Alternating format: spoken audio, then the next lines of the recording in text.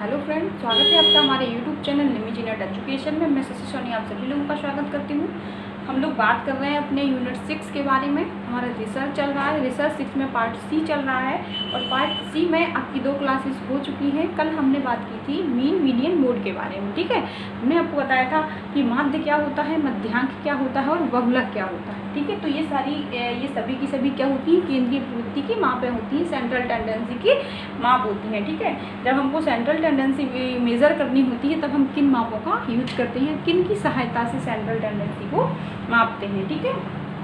तो यहाँ पे हमने आपको बताया था कि सबसे पहले आपकी माध्य होती है, फिर मध्यांक होता है, फिर आपका बहुलक होता है, ठीक है। तो इसको कहते हैं मीन कहते हैं, इसको मीडियन कहते हैं और इसको मोड कहते हैं, ठीक है। तो ये जब हम कब मापते हैं कि जब कभी भी हमारे अंक वितरण, मान लीजिए जो हमारा कोई किसी क्लास में बच्चों का टेस्ट हुआ है और जो उनके प्राप्तांक आए हुए हैं, ठीक है। तो जब हम ये देखते हैं कि इन प्राप्तांकों में मीन क्या होगा, मीडियन क्या होगा, बहुलक क्या होगा, जब हम इस चीज़ को नापते हैं, इस चीज़ को मापते हैं, इनको मेज़र करते हैं, तो इसी को क्या कहते हैं, मीन मीडियन मोड। और ये सेंट्रल टेंडेंसी की मापें होती हैं। मान लीजिए किसी क्लास में, ठीक है, मान लीजिए अंग्रेजी विषय में, ठीक है, अंग्रेजी विषय में मान लीजिए किसी बच्चे के नंबर आए हैं आपके 17 आए हुए हैं, ठीक है, या किसी के मान लीजिए 15 आए हुए हैं, या मान लीजिए किसी के 19 आए हुए हैं, ठीक है, किसी के 24 आए हुए हैं, किसी के 23 आए हुए हैं, किसी के 16 आए हुए हैं। इस तरीके से इंग्लिश विषय में कुछ विद्यार्थियों के नंबर आए हुए हैं, ठीक है। तो अब इसमें हमको ये मान लीजिए ये आपका क्या है, ये स्कोर है, ये आया हुआ है इंग्लिश में, ठीक है। इंग्लिश सब्जेक्ट में मान लीजिए 50 बच्चे हैं, ठीक है। इंग्लिश सब्जेक्ट में नहीं, मतलब क्लास में 50 बच्चे हैं और उनके इंग्लिश विषय में ये स्कोर आए हुए हैं, ठीक है। किसी का 15 आया हुआ है, किसी का 17 आया, किसी का 19, किसी का 24, किसी का 23 या किसी का 16 आया हुआ है, ठीक है। तो अब हम इसमें किस तरीके से पता करेंगे कि इसमें आपका मीन क्या होगा, मीडियन क्या होगा और मोड क्या होगा, ये हम कल आपको बता चुके हैं। लेकिन फिर भी इस थोड़ा सा रिवाइज करने के लिए, क्योंकि स्टैटिक्स है इतनी जल्दी समझ में नहीं आता है, इसलिए हम इसको थोड़ा सा हल्का सा दोबारा से रिवाइज किए दे रहे हैं, ठीक है। तो इसमें हम किस तरीके से मापते हैं कि हमने आपको माध्य का सूत्र बताया था कि इसका मतलब होता है सिग्मा x अपॉन m, ये सूत्र होता है। तो इसका x का क्या मतलब होता है, सिग्मा x का मतलब होता है आपका कि जो आपकी संख्याएं हैं इनका योग, ठीक है, संख्याओं का योग, ठीक है। और n का जो मतलब होता है, का मतलब होता है संख्याएं, संख्याएं कितनी हैं, ठीक है। तो इसमें हम क्या करेंगे कि सबसे पहले हम इनको जो ये 15 है, 17 है, 19 है, 24 है, 23 है, 16 है, इन सभी को क्या कर देंगे, जोड़ देंगे, ठीक है। इसके बाद इनकी जो संख्याएं कितनी है, 1 2 3 4 5 6 संख्याएं हो गई। तो इनमें इनका भाग दे देंगे। इस तरीके से जब संख्याओं को सबसे पहले जोड़ते हैं, काउंट करते हैं कितनी संख्याएं होंगी, इनको आप काउंट कर लीजिए।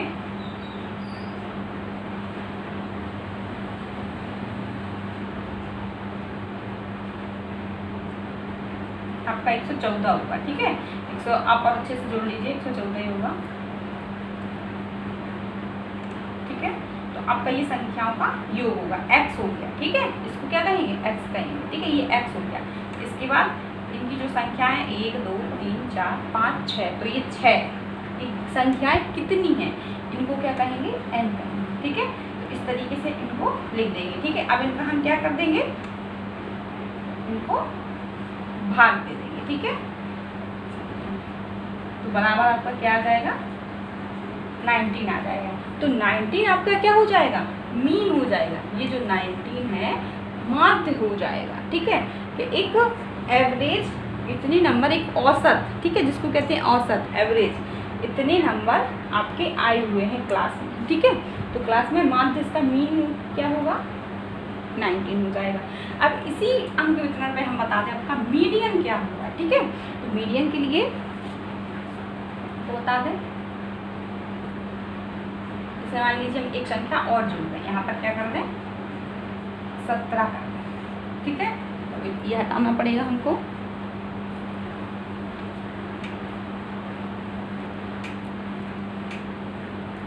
ठीक है। तो मीडियन के लिए हमने आपको एक सूत्र बताया था। वैसे तो मीडियन देख के ही मालूम चल जाता है। मीडियन उसको कहते हैं जो किसी भी अंक वितरण में या किसी की भी हमको पोजीशन बतानी हो, स्थिति बतानी हो कि मान लीजिए इस लाइन में बराबर बराबर भागों में बांटना हो, दोनों छोर पर बराबर बराबर हो, तो मीडियन जो मध्य का अंक हो, बीच का अंक हो या बीच का कोई व्यक्ति हो, उसी को हम क्या कहते हैं, मीडियन कहते हैं या माध्यांक कहते हैं। इसमें मान लीजिए कितने अंक हैं, 1 2 3 4 5 6 7 है, तो यहाँ से हम क्या करेंगे, 3 यहाँ से हटा देंगे और 3 यहाँ से हटा देंगे, तो जो बीच का अंक आएगा हमारा ये क्या 24 क्या हो गया, यही हमारा मध्यांक हो गया। मान लीजिए क्लास में हमें किसी बच्चों की हाइट को मालूम करना है कि हाइट क्या है, तो हम उनको छोटे से, ठीक है, यदि ये इनको पहले तो हम एक डिसेंडिंग या उस नए क्रम में लगाते हैं, ठीक है, इस तरीके से मान लीजिए यदि ये लगे हुए हैं, नहीं लगे हुए, पहले से हम इनको हम पहले सिस्टम में लगाते हैं। सबसे छोटी संख्या इसमें क्या होगी 15, इसके बाद फिर क्या होगी 16, ठीक है, ये भी करना मत भूलिएगा, ऐसे नहीं बताते हैं, होता बीच का ही अंक है, ठीक है। इसके बाद 17, फिर इसमें क्या होगा, फिर 17, फिर 19, फिर 23, फिर 24, ठीक है। अब इस तरीके से हम इनको क्या लगा देते हैं, एक क्रम में लगा देते हैं। फिर इसके बाद हम देखते हैं 3 हमने यहाँ से हटाया, 3 हमने यहाँ से हटाया, तो जो बीच की संख्या है वो हमारी क्या हो गई, मध्यांक हो गई, ठीक है। तो ये चीज़ समझ में आया, जब कभी भी ये हमको देखकर ही पता चल जाता है, इसका मान कम शुद्ध होता है, ये हम आपको पहले ही बता चुके हैं, ये सबसे शुद्ध होता है, सबसे ज़्यादा एक्यूरेसी होती है इसमें, और ये सबसे कम शुद्ध होता है। और ये कैसा होता है, ये बीच का होता है, ये शुद्ध होता है, लेकिन इसकी अपेक्षा कम होता है और इसकी अपेक्षा ज़्यादा होता है, ठीक है। बहुलक सबसे कम शुद्ध होता है और ये सबसे ज़्यादा शुद्ध होता है, और इसमें जो हमारा होता है सबसे ज़्यादा टाइम लगता है, ठीक है, सबसे ज़्यादा टाइम लगता है, और जो बहुलक होता है उसमें सबसे जल्दी हो जाता है, टाइम कम लगता है, ठीक है। तो ये चीज़ याद रखिएगा, इसमें हमारा टाइम कम लगता है, ठीक है। मान लीजिए जब हम संख्याओं को जोड़ेंगे फिर उनका उससे भाग देंगे तो थोड़ा सा टाइम लगेगा माध्य में, लेकिन इसका जो आंसर क्या आएगा वो सबसे ज़्यादा शुद्ध आता है, ठीक है। अब मध्यांक में हमने केवल बीच के अंक को देख लिया, अब इसमें हमने ज़्यादा कोई जोड़ घटाव नहीं करने होते हैं, तो इस पर हमारा क्या बहुत जल्दी हो जाता है। इसका जो सूत्र हमने आपको बताया था वो बताया था, इससे देखने से हमको मालूम चल रहा है ना कि बीच का अंक क्या होगा 17, ठीक है, लेकिन इसको हम सूत्र के अकॉर्डिंग निकालते हैं, ठीक है। तो इसका सूत्र होता है n+1, ठीक है। तो अब यहाँ पर n की संख्या, n बराबर हमने बताया था n क्या होता है कि संख्याएं आपकी कितनी है, ठीक है, 1 2 3 4 5 6 7, ठीक है। तो इसमें हम लिखते हैं वहाँ पद लिखते हैं, ये सूत्र होता है, ठीक है। तो 1 2 3 4 5 6 7 5 संख्याएं हैं, तो n क्या हो गया हमारा 7 हो गया, इसमें क्या कर देंगे +1 कर देंगे, तो हमारा क्या हो गया 8 हो गया, यहाँ पर हम 2 कर देंगे, तो 4 आया, तो यहाँ पर 4वां पद, 4 संख्या नहीं होगी, चौथा पद होगा, 1 2 3 4 नंबर पर कौन सा आ रहा है 17 आ रहा है, तो ये आपका क्या हो गया मध्यांक हो गया, निकल कर आया।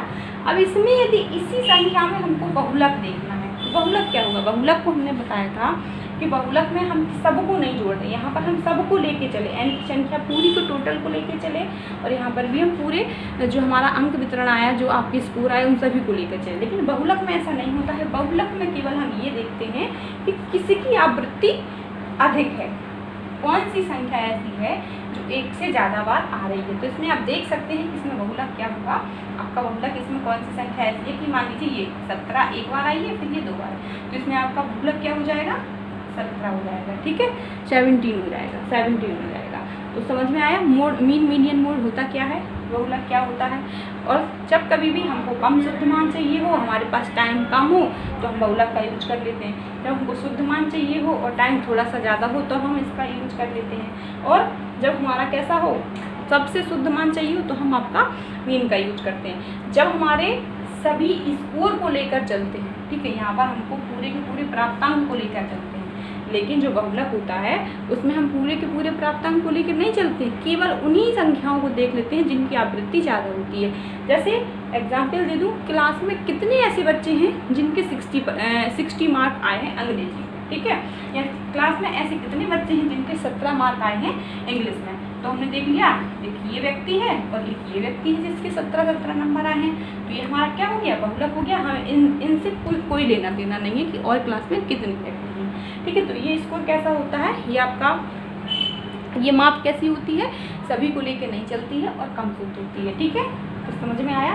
जब हमारा जो प्राप्तांक का अंक वितरण कैसा हो, सामान्य हो, ठीक है, तब हम किसका यूज करते हैं, आपका मीन का यूज करते हैं। लेकिन जब हमारा अंक वितरण कैसा हो, सामान्य ना हो, उसमें बीच बीच की संख्याएं छोटी हों, तो अब हम किसका यूज करते हैं, बहुलक का यूज करते हैं। तो ये सारी चीज़ें हम आपको बता चुके हैं, लेकिन फिर भी थोड़ा सा रिवाइज करने के लिए हमने आपको बता दिया है कि मीन कैसे निकालते हैं, मीडियन कैसे निकालते हैं और बहुलक कैसे निकालते हैं,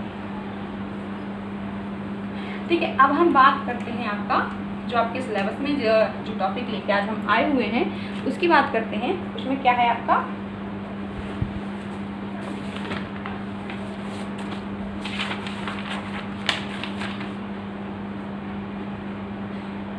ठीक है, विचलन, विचलन लिखा हुआ है आपका, ठीक है।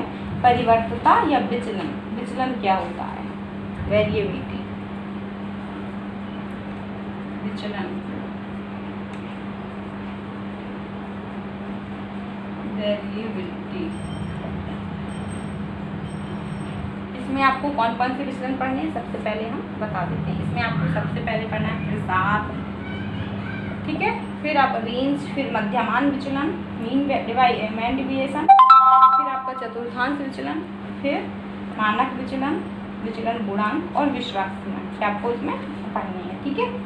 तो विचलन होता क्या है उसको पढ़ते हैं। तो विचलन आपका, विचलन उसको कहते हैं जो आपका किसी भी सब्जेक्ट में या किसी भी जो अंक, जो डेटा होता है वो कितना फैला हुआ है। डेटा किसको कहते हैं, मान लीजिए क्लास में आपके जो अंक आए हैं बच्चों के, वो कितने फैले हुए हैं, उनका उनका मतलब फैलाव कितना है, इसी को हम क्या कहते हैं, विचलन कहते हैं, वेरिएबिलिटी कहते हैं। मान लीजिए जैसे मान लीजिए 2, 4, 6, 8, 10 या 20, 40, तो इनका फैलाव कितना है, ठीक है, इसी को क्या कहते हैं, विचलन कहते हैं, ठीक है, कि हमारा जो डेटा है वो कितना फैला हुआ है। विचलन किसको कहते हैं, मान लीजिए कि हर व्यक्ति, जो व्यक्ति होता है, मान लीजिए यहाँ पर ये जो प्राप्तांक हैं, ठीक है, स्कोर है हमारी, तो इसमें कितना फैलाव है, मतलब कि ये मध्यमान से, मध्यमान को हमने आपको बताया कि मध्यमान क्या होता है, ठीक है, जो माध्य होता है, मीन होता है, उसी को हम मध्यमान कहते हैं।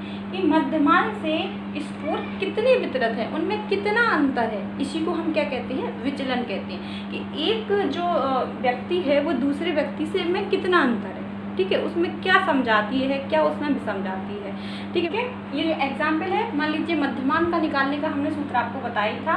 मध्यमान किस तरीके से निकालते हैं, इसका सूत्र होता है x/n, ठीक है।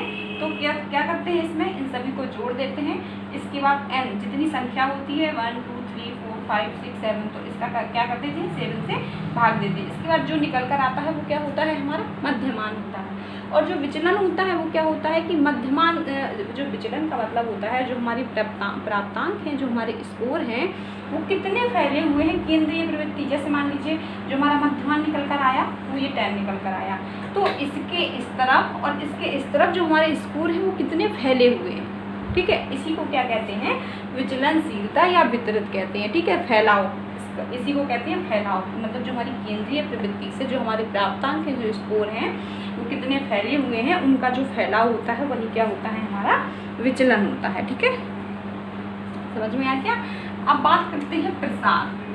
प्रसार क्या होता है, रेंज, इसको कहते हैं रेंज,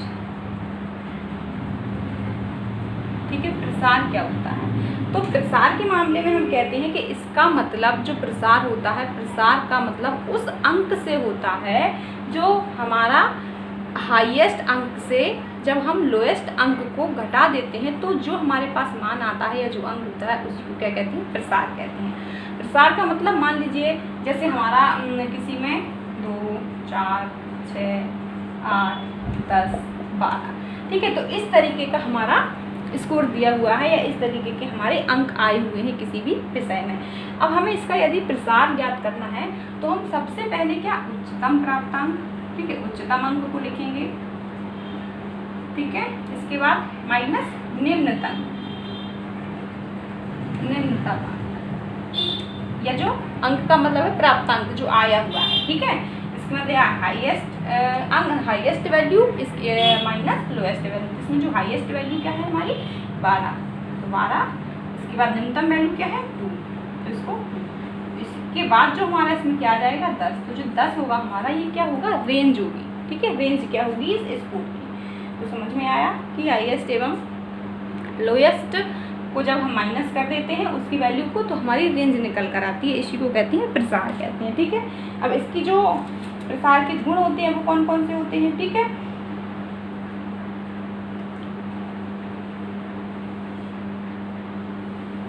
ठीक है, इसकी मुख्य जो विशेषता होती है कि जो आपके जितने भी ये अंक हैं इनकी प्रसार की रेंज पर कोई इफेक्ट नहीं पड़ता है, ठीक है, क्योंकि हमको इनसे कोई लेना देना नहीं है, क्योंकि केवल हमने हाईएस्ट वैल्यू को लेते हैं और लोएस्ट वैल्यू को लेते हैं, तो जो हमारी रेंज आ जाती है। अब ये जो रेंज आई है इस पर कोई प्रभाव नहीं पड़ता है, ना ही इन अंकों का प्रभाव हमारी रेंज पर पड़ता है, तो इसीलिए इसको शुद्ध नहीं मानते हैं, ठीक है, ये सबसे ज़्यादा रिलायबल नहीं होता है, ठीक है।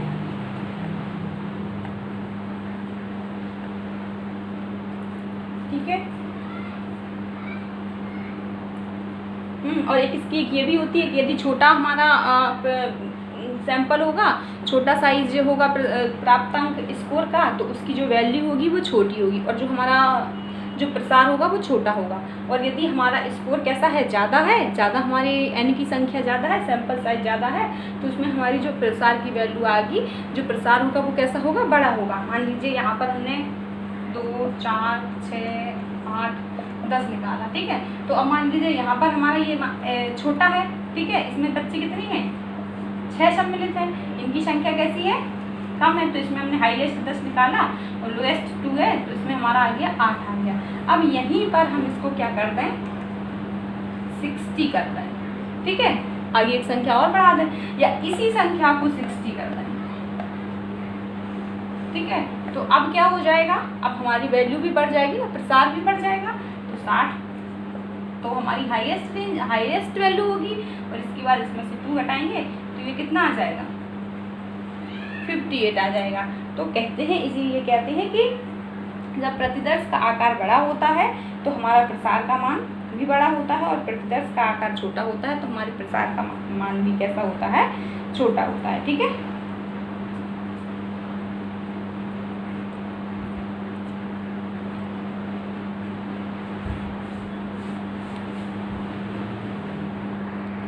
ठीक है, इसका उपयोग हमको कब करना चाहिए, जब हमारे प्राप्तांक बहुत फैले हुए हों और किसी विचलनशीलता के मापों का हम उपयोग ना कर सकें, तब हमको प्रसार का उपयोग करना चाहिए, क्योंकि जो इसकी वैल्यू होती है वो निश्चित जो वैल्यू होती है वो एक्यूरेट नहीं होती है, शुद्ध नहीं होती है, ठीक है, उसमें शुद्धता कम होती है जब हमको कम शुद्ध मान ज्ञात करना हो, क्योंकि केवल हमने यहाँ पर पूरे स्कोर को महत्व ही नहीं दिया, यहाँ पे इतने बच्चे तो छूट ही गए, केवल हमने क्या इसका केवल एक्सटर्न स्कोर को महत्व दिया, ठीक है, पूरे के पूरे स्कोर को महत्व नहीं देते हैं, तो इसीलिए ये इसके सीमाएँ, ये इसके दोष भी होते हैं कि ये पूरे स्कोर को वैल्यू नहीं देता है, केवल हम इसमें एक्सटर्नल स्कोर को ही महत्व देते हैं, ठीक है।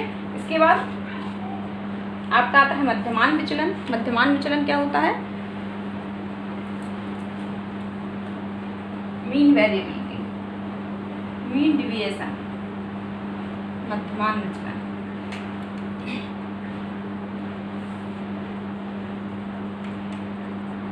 मध्यमान विचलन इसको कहते हैं मीन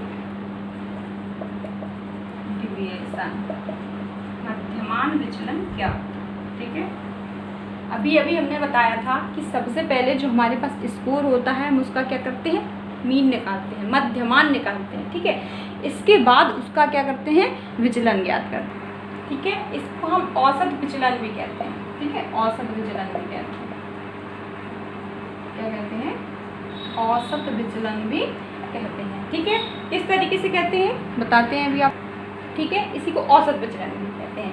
अब मान लीजिए हम विचलन कैसे ज्ञात करते हैं, किस तरीके से, मान लीजिए कोई संख्या दी हुई है आपकी, ठीक है, 6, 7, 8 ये संख्या दी हुई है। अब मध्यमान ज्ञात करने का सूत्र हमने आपको बताया था, इसका ये होता है n, ठीक है। तो इन सभी को हम पहले जोड़ देंगे, 5, 10, 15, 5, 6, 21, 7, 28, 38, ठीक है। तो 36 हो गया। अब 1 2 3 4 5 6 6 संख्याएं दी हुई हैं, तो इनको 6 कर देते हैं। इसी तरीके से तो बताया था x का मतलब होता है कि संख्याओं का जोड़ और n का मतलब होता है कि कितनी संख्याएं हैं। अब इसको हम क्या कर देंगे, भाग दे देंगे, तो हमारा क्या आ जाएगा, 6 आ जाएगा। तो ये जो 6 हुआ ये क्या हुआ, हमारा मध्यमान हुआ। ठीक है, मध्यमान हुआ। अब इससे इसका कितना अंतर है, इसका कितना अंतर है, इसका कितना अंतर है, मध्यमान से जो स्कोर है उनमें कितना अंतर है, इसी को हम क्या कहते हैं, मध्यमान विचलन। ठीक है, अब इसमें 6 से 7 में कितना अंतर है, 6 से 8 में कितना अंतर है, इसमें 5 में कितना अंतर है, तो इसी को हम क्या कहते हैं, विचलन कहते हैं। अब ये विचलन किस तरीके से पता करते हैं कि मध्यमान से कितना विचलन है, ये किस तरीके से पता करते हैं, इसको हम अभी बताते हैं आपको। देखिए जैसे ये जो 6 आ गया, हमारी वैल्यू आ गई, मध्यमान मालूम चल गया हमको। अब इसमें हम प्रत्येक अंक से, ठीक है, क्या करेंगे, प्रत्येक अंक से क्या, सबसे पहले 5 - 6 तो बराबर क्या आ जाएगा हमारा, माइनस का 5 है, तो यहाँ पर -1 आ जाएगा। इस तरीके से ये बता देते हैं। सबसे पहले हम सारे अंकों को लिख लेते हैं, 5 5 5 6 7 8, नहीं तो है। अब इसमें सब में से हम -6 कर देते हैं, तो हमको क्या पता चल जाएगा, हमारा विचलन। इसमें क्या आएगा, -1 आएगा, इसमें क्या आएगा, -1, इसमें क्या आएगा, -1, इसमें क्या आ जाएगा, 0 आ जाएगा, इसमें क्या आ जाएगा, 1 आ जाएगा, इसमें क्या आ जाएगा, 2 आ जाएगा। इस तरीके से आ जाएगा। तो ये जो है इसी को क्या कहते हैं, विचलन कहते हैं, MD, मीन डिविएशन, मध्यमान विचलन। कि आपको देखिए मालूम चल गया ना, 5 से 6 में कितना अंतर है, 1 का अंतर है, इससे इसमें कितना अंतर है, 1 का अंतर, इसका मध्यमान में जो अंतर कितना है। ठीक है, इसके बाद 6 से 7 में कितना अंतर है, 1 का अंतर है, 6 से 8 में कितना अंतर है, 2 का अंतर है। तो ये आपका इसी को कहते हैं मध्यमान विचलन। इस तरीके से इसको निकालते हैं। ये चीज़ आप सभी लोगों को समझ में आ गई होगी, उम्मीद करती हूँ। ठीक है, इसका साइज हम इसका यूज हम जब करते हैं जब हमारा जो सैंपल साइज कैसा होता है, छोटा होता है। ठीक है, इसका यूज हम तभी करते हैं जब हमारा सैंपल साइज छोटा करता है। ठीक है, किसी भी केंद्रीय प्रवृत्ति में हम मीन एवं मीडियन मोड को निकाल सकते हैं। ठीक है,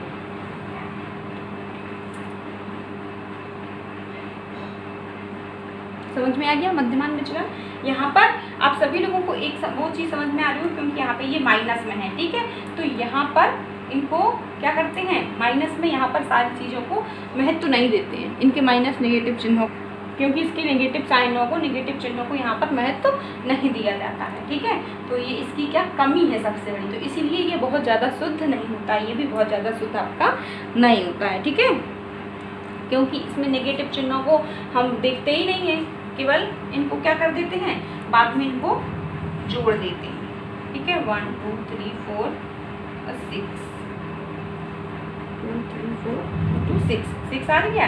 तो ये जो 6 है ये पूरे प्राप्तांक का मध्यमान विचलन। ठीक है,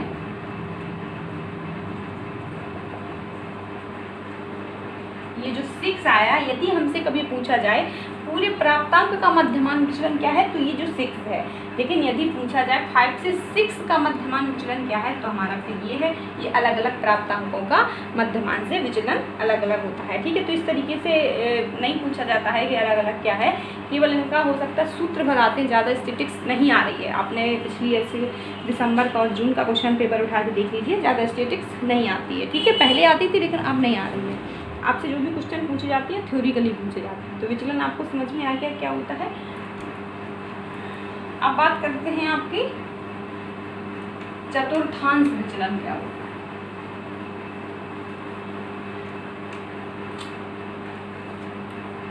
ठीक है, अगला है आपका चतुर्थांश विचलन क्या होता है।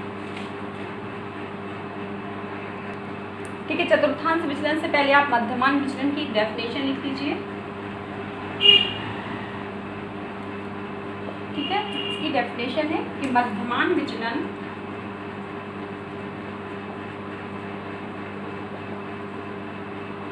या औसत विचलन भी कहते हैं, इसको बताया आपको औसत विचलन, क्योंकि थ्योरिकली पढ़ेंगे तो थोड़ा सा टफ लगेगा, लेकिन आपको एग्जाम्पल देके समझा दिया तो शायद समझ में आ गया होगा। ठीक है, औसत विचलन सभी प्राप्तांकों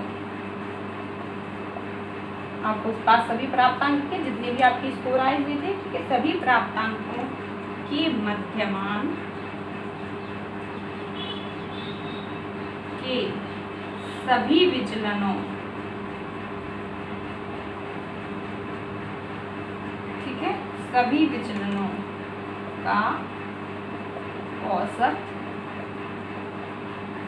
योग सभी विचलनों का औसत होता है,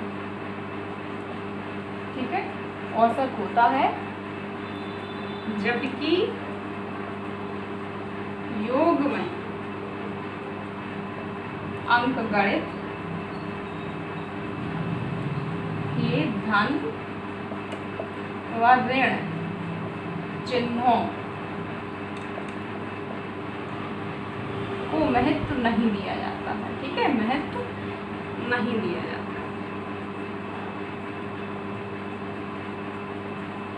ठीक है। यही अभी आपको एग्जाम्पल में भी समझाया कि मध्यमान विचलन को औसत विचलन भी कहते हैं। मध्यमान विचलन, औसत विचलन सभी प्राप्तांकों के मध्यमान के, ठीक है, सभी प्राप्तांकों के मध्यमान के। प्राप्तांक आपके क्या थे? एग्जाम्पल हमने दिया था 5, 5, 5, 6, 7, 8, यही तो स्कोर दिए थे, यही थे ना, यही होंगे, ठीक है, यही स्कोर दिए थे, एग्जाम्पल यही दिया था हमने आपको, ठीक है। तो ये आपके प्राप्तांक हैं, ठीक है। तो सभी मध्यमान विचलन, औसत विचलन सभी प्राप्तांकों के मध्यमान के, ठीक है।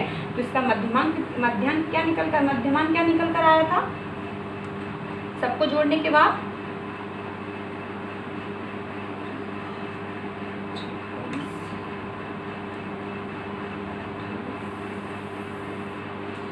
बत्तीस। और है क्या ये?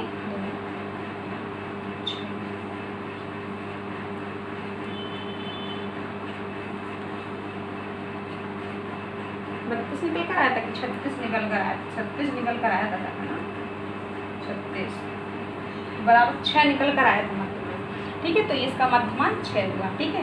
तो मध्यमान के सभी विचलनों का औसत, ठीक है, सभी विचलनों का औसत, जबकि योग में अंक गणित के धन व ऋण चिन्हों को महत्व नहीं दिया जाता है, ठीक है। अब सभी विचलनों का औसत, तो ये एक विचलन आया, ये मध्यमान आ गया, ठीक है। अब मध्यमान कह रहा है ना कि प्राप्तांकों के मध्यमान, ये तो मध्यमान आ गया, मध्यमान के सभी विचलनों का औसत, तो 5 - 6, 5 - 6, तो इसके सभी का करके फिर जब हमने यहाँ पर जो आया था 5 - 6 किया, तो यहाँ पर क्या आएगा? 5 में से 6 घटाएंगे तो क्या माइनस का 1 आएगा ना, फिर इसमें से घटाएंगे तो माइनस का 1 आएगा, फिर इसमें से घटाएंगे तो माइनस का 1 आएगा। अब 6 में से 6 घटाएंगे तो 0 आ जाएगा। अब 7 में से 6 घटाएंगे तो 1 आ जाएगा, और 8 में से 6 घटाएंगे तो 2 आ जाएगा। तो इस तरीके से आएंगे तो 1, 2, 3, 4, 5, 6, तो ये हमारा 6 आ गया। तो ये जो है पूरा विचलन, ठीक है, सभी विचलनों का औसत विचलन होता है, जबकि योग में अंकगणित के धन और ऋण चिन्हों को महत्व नहीं दिया जाता। यहाँ पर हमने ये जो माइनस के आए इनको महत्व नहीं दिया, केवल सबको जोड़ दिया, तो हमको पता चल गया कि इसका पूरा मध्यमान विचलन क्या है, ठीक है। तो इस तरीके से करते हैं ये, इसीलिए डेफिनेशन भी लिख दी। और इसमें हमने आपको बताया भी है कि इसकी जो सबसे बड़ी कमी होती है वो यही होती है कि जब इसमें हम जोड़ते समय धन और ऋण चिन्हों को जब महत्व नहीं देते हैं, प्लस माइनस के साइन को महत्व नहीं देते हैं, तो क्या होता है, ये हमारा एक्यूरेट नहीं होता है, ये शुद्ध नहीं होता है, इसकी माप जो होती है वो शुद्ध नहीं कही जा सकती, ठीक है। जब हमको प्रत्येक अंक को, ठीक है, जो प्राप्तांक हैं उसके आकार के अनुसार, प्रत्येक आकार के अनुसार महत्व देना हो, तब हम इसका मध्यमान विचलन का यूज करते हैं, मध्यमान के विचलन का यूज करते हैं जब प्रत्येक अंक के आकार को महत्व देना है, ठीक है। मान लीजिए यदि जो 6 है यहाँ पे 12 आ जाए, तो 12 में से ही हम मध्यमान को ही घटाएंगे, तो फिर यहाँ पर क्या आ जाएगा, इसका विचलन 6 आ जाएगा, 6 आ जाएगा, ठीक है। तो इसी के को कहते हैं जब हमारा जो डेटा हो, हमको ज़्यादा शुद्ध माप ना करनी हो, एक्यूरेसी इसकी कम होती है, ठीक है। जब प्राप्तांक जो हमारे स्कोर आए हैं उनका वितरण लगभग सामान्य हो, तब हम किसका विचलन का, आपका मध्यमान विचलन का यूज करते हैं। ये समझ में आ गया ना मध्यमान विचलन क्या होता है हमारा। इसके बाद हम बात करते हैं चतुर्थांश विचलन, ठीक है, चतुर्थांश विचलन।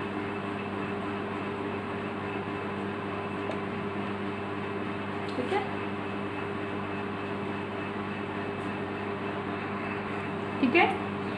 चतुर्थांश विचलन क्वार्टिल डेविएशन कहते हैं। इसमें होता क्या है, हमारे पास 4 भाग होते हैं, ठीक है, पहला, दूसरा, तीसरा, चौथा। जब 4 भाग हैं तो किसी को हम क्या कह सकते हैं, इसको 25 कह सकते हैं, इसको 50 कह सकते हैं, इसको 75 कह सकते हैं और इसको 100 कह सकते हैं। इस तरीके से बांट सकते हैं ना, 25, 50, 75 और 100, ठीक है। तो इसमें हमारा इसी का यूज होता है, इसीलिए हमने आपको बताया। तो इसमें जो इसको कहते हैं, ये 25% हो गया, ये 50% हो गया, ये 75% हो गया, ये 100% हो गया। तो ये पहला भाग, ये दूसरा, ये तीसरा और ये चौथा भाग, 4 भाग होते हैं, ठीक है। इसमें सबसे पहले इसकी डेफिनेशन लिख लीजिए कि जो चतुर्थांश विचलन होता है प्रथम और तृतीय चतुर्थांशों के अंतर का आधा होता है, ठीक है। और गैरेट के अनुसार लिख लीजिए, किसी आवृत्ति वितरण में, ठीक है, किसी आवृत्ति वितरण में 75वें प्रतिशतांक, ठीक है, 75वें प्रतिशतांक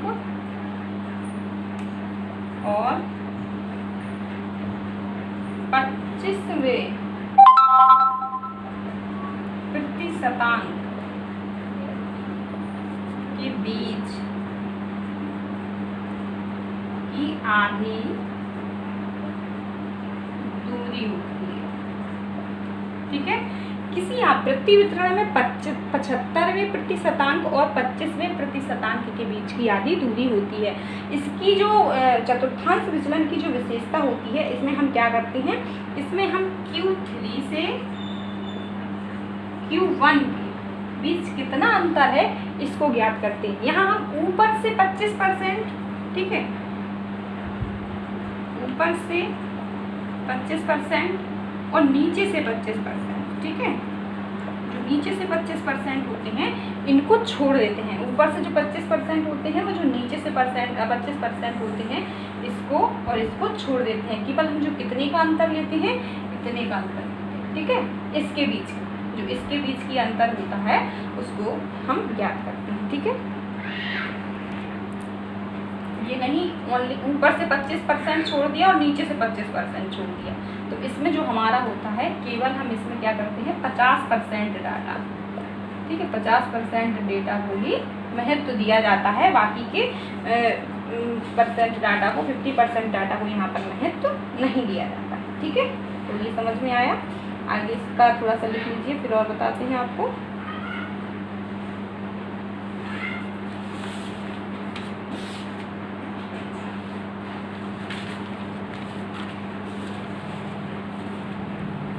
ठीक है, इसमें जो हम ज्ञात करते हैं वो केवल ये करते हैं कि 75% से 25% के बीच कितना अंतर है, इसी को हम क्या कहते हैं, चतुर्थांश विचलन कहते हैं, ठीक है।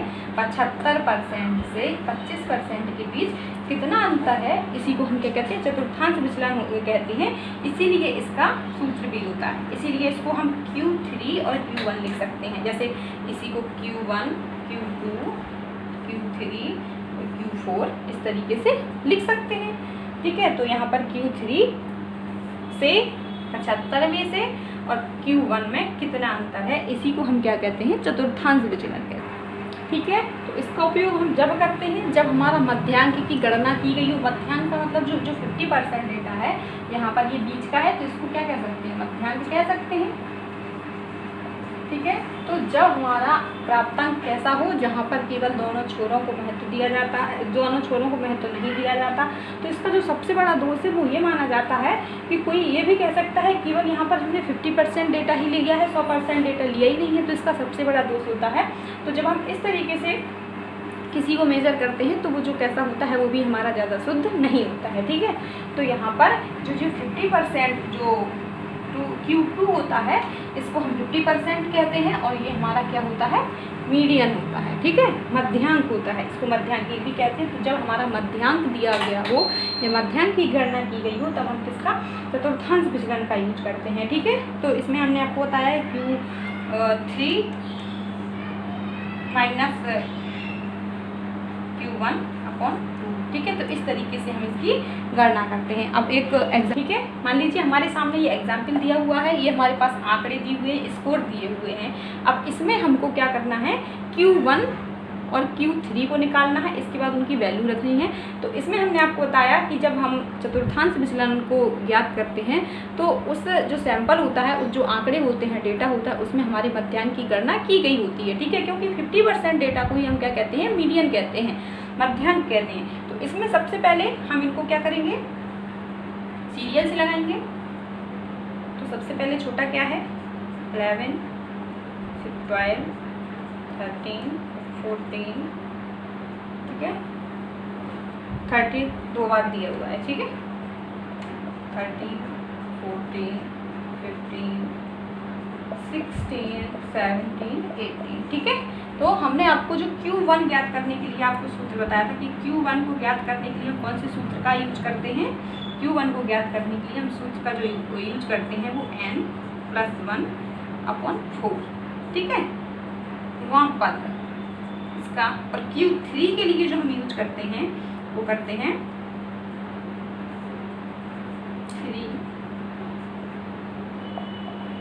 3n+1/4, ठीक है, इसका यूज करते हैं Q3 के लिए। तो यहाँ पर हम सबसे पहले Q1 को ज्ञात करेंगे कि इस स्कोर में हमारा Q1 कौन सा पार्ट होगा, ठीक है। बीच का यदि मध्यांक हम देखें तो कह सकते हैं 1 2 3 4 5 6 7 8 9, ठीक है, 9 संख्याएं हैं। तो 4 हम यहाँ से हटा देंगे और 4 यहाँ से हटा देंगे, तो ये हमारा क्या हो गया, 14 हो गया। तो यहाँ पर हम कह सकते हैं कि यहाँ पर हमारा 50% डेटा हो गया। तो ये हमारा क्या, मध्याह्न मीडियन हो गया, ठीक है, क्योंकि यहाँ पर हमारा 50% डाटा है। तो यहाँ पर हमारा कितना है, अब इसमें हम ये कैसे मालूम करेंगे कि कहाँ पर 75 होगा और कहाँ पर हमारा 25 होगा या कहाँ पर 1 होगा, ठीक है। तो यहाँ पर जब हमको Q1 की वैल्यू ज्ञात करनी है तो Q1 के लिए हमने आपको बताया n+1/4, ठीक है। तो यहाँ पर n का मतलब हम आपको बता चुके हैं कि संख्याएं कितनी हैं, ठीक, उन संख्याओं की संख्या 1 2 3 4 5 6 7 8 9 संख्याएं हैं। तो सूत्र के अकॉर्डिंग रखते हैं 9+1/4, तो कितना आया 10+4, ठीक है, 2.5, ठीक है, आ गया ना। तो अब ये जो संख्या आई है, ये संख्या हमारा 25% नहीं होगा, ये संख्या हमारा Q1 नहीं होगा, इस संख्या की नंबर पर, ठीक है, इस संख्या की नंबर पर जो आएगा, ठीक है, वहाँ पद, ठीक है, तो 1 2, ठीक है। तो हमारा जो 25% होगा या Q1 होगा वो क्या होगा, 12.5, ये क्या हो गया हमारा Q1 निकल कर आ गया, ठीक है। इसको हम क्या कह सकते हैं, इसको कह सकते हैं 25%, ठीक है, या Q1 पता चल गया। अब Q3 कैसे मालूम करेंगे, इसमें दिया हुआ है 3, ठीक है। अब n है, n की संख्या कितनी है 9, तो 9, ठीक है, +1/4, ठीक है, इस तरीके से आ गया। तो 9+1 10 और इसका कर देंगे तो 9 दिया 27, तो यहाँ पर कितना आ जाए 10 और 10 दिया 30, तो 30, तो कितना आ जाएगा। इसके बाद इससे काटेंगे तो 7.5 आ जाएगा। तो अब जो 7वां पद, ठीक है, जो 7 नंबर पे जो संख्या होगी वो हमारा क्या हो जाएगा, Q3 हो जाएगा। तो 1 2 3 4 5 6 7 नंबर पर क्या है, ठीक है, 16 है। तो यहाँ पर हम क्या लिख देंगे 16.5, ठीक है। तो ये हमारा Q1 और Q2 निकल कर आ गया। अब हमको इस सूत्र में रखते हैं, जो सूत्र हमने बताया था अभी, तो हमको मालूम चला कि हमारा Q1 क्या होगा और Q2 क्या होगा। इसमें हम Q1 और Q2 निकालते कैसे हैं, ये हमने आपको बताया था। Q बराबर Q3 - Q1/2, इस तरीके से तो निकालते हैं। तो Q3 क्या होगा हमारा, Q3 ये था 16.5 माइनस Q1 क्या है 12.5, तो /2, तो कितना आया हमारा 16 में से 4 चले जाएंगे, कितना आएगा 4 6/2, तो सॉरी यहाँ पर हमारा 16 में से 12 जाएंगे, तो कितना आएगा, ठीक है। तो यहाँ पर हमारा 4 आ जाएगा, ठीक है। तो 16 में से 12 को घटाएंगे तो 4 आएगा और 4 के बराबर 2 आ जाएगा। तो ये क्या हुआ, इस तरीके से चतुर्थांश विचलन ज्ञात करते हैं, ठीक है। और चतुर्थांश विचलन ज्ञात करने का वो क्या होता है, Q3 माइनस Q1/2, ठीक है। तो पहले हमको Q1 निकालना पड़ता है, Q1 निकालने का सूत्र हमने आपको बताया, फिर Q3 निकालते हैं तो Q3 निकालने का सूत्र बताया। इसमें कहा जाता है कि जब मीडियन को मध्यांक, ठीक है, मीडियन क्या हो, मीडियन की गणना की गई होती है, मतलब 50% डाटा होता है, तभी हम इसकी चतुर्थांश विचलन का यूज करते हैं।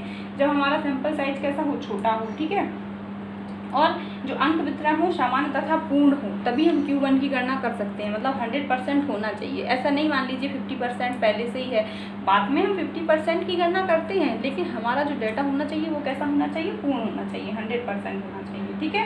तो इसकी जो डिमेरिट्स हैं या जो दोष है वो यही है कि यहाँ पर सभी लोग हम बोल सकते हैं कि केवल हम 50% डाटा का यूज कर रहे हैं और 50% डाटा को छोड़ रहे हैं, क्योंकि हमने ऊपर से 25% ले लिया और नीचे से 25% ले लिया, तो 50% तो छूट गया ना। जो बीच का 50% होता है, इसी को हम इसमें लेते हैं और इसी का हम यूज करते हैं, ठीक है। तो ये भी समझ में आ गया।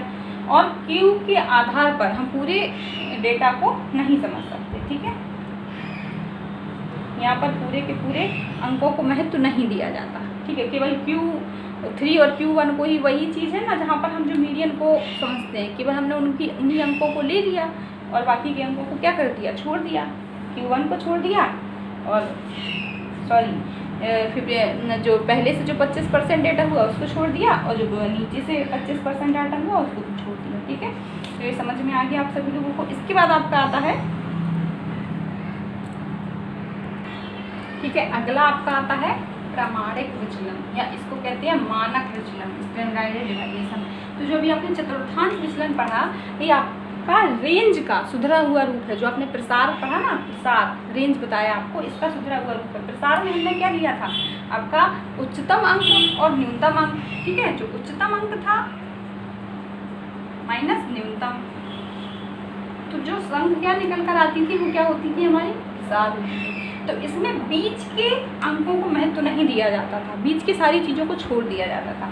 लेकिन जो आपका चतुर्थांश विचलन है, इसमें क्या है, इसमें बीच के 50% डेटा को महत्व दिया जाता है और जो यहाँ से 25% है और यहाँ से 25% को क्या कर दिया जाता है, छोड़ दिया जाता है। 25 से 75, 75 से 25 को केवल महत्व दिया जाता है। जो इसके 25 यहाँ से जो मतलब है 25 तक, इनको छोड़ दिया जाता है और जो 75 के बाद यहाँ तक है 100 इनको भी छोड़ दिया जाता है।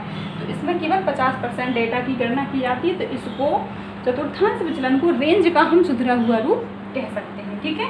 आगे अब हम जो बात कर रहे हैं आपकी मानक विचलन या प्रमाणिक विचलन कहते हैं जिसको,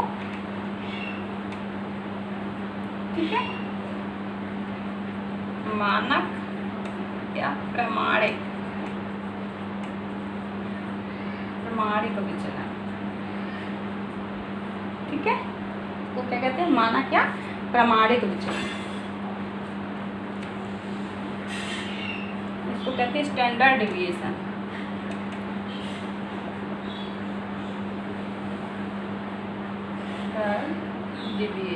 ठीक है। जो मानक विचलन होता है या जो प्रमाणिक विचलन होता है, ये इन सभी से सबसे ज़्यादा शुद्ध होता है, ठीक है, सबसे ज़्यादा शुद्ध होता है, ठीक है। जब कभी भी हमको उम्मीद हो कि जो हम मध्यांत से, जो माध्य से, जो मध्यमान विचलन हमने आपको बताया था, मध्यमान विचलन में क्या होता था कि हम धन और ऋण जो चिन्ह थे उसके, ठीक है, इनको क्या कर रहे थे, नकार रहे थे, इन पर ध्यान नहीं दे रहे थे। इन धन और ऋण चिन्हों को बगैर ध्यान दिए उनका योग करके जो विचलन आता था उसको हम कहते थे ये हमारा मध्यमान विचलन है। इसमें इसी कमी को दूर करने के लिए, ठीक है, मध्यमान की इसी कमी को दूर करने के लिए कौन सा प्रमाणक या मानक विचलन होता है, ठीक है। तो ये सबसे ज़्यादा शुद्ध माना जाता है। जो मध्यमान की प्रमाणिक त्रुटि थी उसको दूर करने के लिए आपका क्या प्रमाणिक विचलन होता है, ठीक है।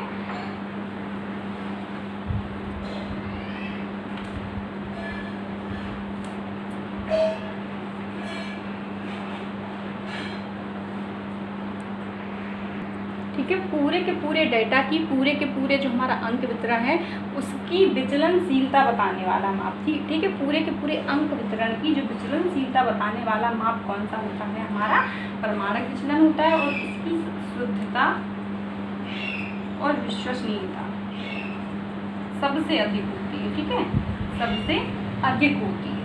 ठीक है, ये चीज़ समझ में आई। इसकी विश्वसनीयता और शुद्धता सबसे ज़्यादा अधिक होती है और इसका रिसर्च में सबसे ज़्यादा यूज भी होता है। ठीक है, जो हमने आपका मध्यमान विचलन बताया था उसका यूज, माध्य विचलन मीन डेविएशन बताया था, उसका यूज हमारे रिसर्च में सबसे ज़्यादा कम होता है। ठीक है, तो इसमें जो सामान्यता जो वितरण की 6 इकाइयाँ होती हैं। ठीक है, इसकी पहले फिर बाद में एग्जाम्पल देते हैं। ठीक है, पहले एग्जाम्पल कर लीजिए इसका। ठीक है, एग्जाम्पल क्या होता है, जब हमने आपको मध्यमान, उसमें हमने अभी आपको जो चतुर्थांश विचलन बताया उसमें हमने आपको बताया कि इसमें आपका मीडियन, मध्यांक की गणना होती है। ठीक है, गणना की जाती है। और इसमें जो हमारा मानक विचलन होता है इसमें क्या होता है, माध्य की गणना। ठीक है, माध्य की गणना की गई है तब हम किसका यूज करते हैं, आपका स्टैंडर्ड डेविएशन यानी कि प्रमाणिक विचलन या मानक विचलन, इसको शॉर्ट फॉर्म एसडीवी कहते हैं। ठीक है, एसडीवी। ठीक है, तो हमने अभी आपको प्रमाणिक विचलन की वो बताई थी कि मध्यमान विचलन बताया था वो कैसे निकालते हैं। आपका हमने एक एग्जाम्पल दिया था और एग्जाम्पल के थ्रू हमने बताया था कि मध्यमान विचलन का सूत्र निकालने का होता है वो होता है अपॉन एन, यही तो होता है। तो जो हमने एग्जाम्पल दिया था वो ये दिया था 5, 5, 5, 6, 7, 8। ठीक है, इन सभी का योग कर दीजिए 10, 15, यहाँ तक 36 आया था। ठीक है,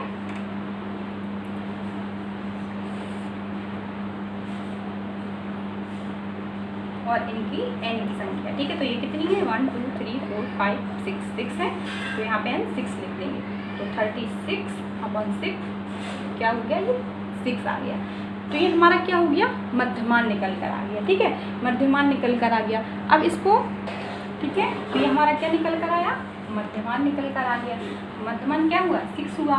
लेकिन जब हम प्रमाणिक विचलन निकालते हैं तो प्रमाणिक विचलन निकालने का सूत्र जो होता है वो क्या होता है हमारा, यहाँ लिखते हैं एस डी बराबर, ठीक है, इस तरीके से अंदर AD² ये होता है। मतलब कि अब विचलन, ठीक है, अब यदि हमको इनका विचलन निकालना हो, ये तो अभी मध्यमान निकल गया। ठीक है, मध्यमान निकल गया। अब यदि हमको इनका विचलन निकालना हो तो क्या करते हैं, मध्यमान से सभी प्राप्तांकों को घटाते हैं। यही तो करते हैं, सभी प्राप्तांकों को घटाते हैं। तो हम इसमें क्या करेंगे, विचलन हमको मालूम चल गया कि इस संख्या का विचलन क्या था, तो इस क्रम में 5, 5, 5, 6, 7, 8 इस क्रम में लिख देते हैं। अब इसमें माइनस क्या करेंगे, 6 करेंगे, इसमें -6, इसमें -6, इसमें -6, इसमें -6, इसमें, तो इसका यहाँ पर क्या आएगा,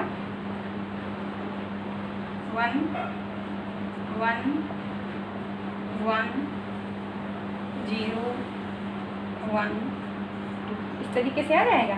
ठीक है, तो यहाँ पर जब हम इनको जोड़ कर देते हैं तो ये तो हमारा क्या हो गया, पूरे के पूरे इसका मध्यमान विचलन हो गया। लेकिन औसत विचलन निकालने के लिए क्या करते हैं, या प्रमाणिक विचलन निकालने के लिए क्या करते हैं, इनको वर्ग करते हैं, इनका वर्ग करते हैं, स्क्वायर करते हैं। मतलब कि 1 का स्क्वायर क्या होगा, 1 होगा, इसका स्क्वायर क्या होगा, 1 होगा, इसका भी 1 होगा, इसका 0, इसका 1, फिर इसका 4 हो जाएगा। अब इनको जोड़ते हैं, 4, 5, 6, 7, 8, तो क्या हो गया, 8 हो गया। तो 8 हो गया, तो इसको हम D² बोल सकते हैं ना। अब हम इस सूत्र में रखेंगे। ठीक है, किस तरीके से, ठीक है, SD बराबर D² कितना आया हमारा, 4, 5, 6, 7, 8।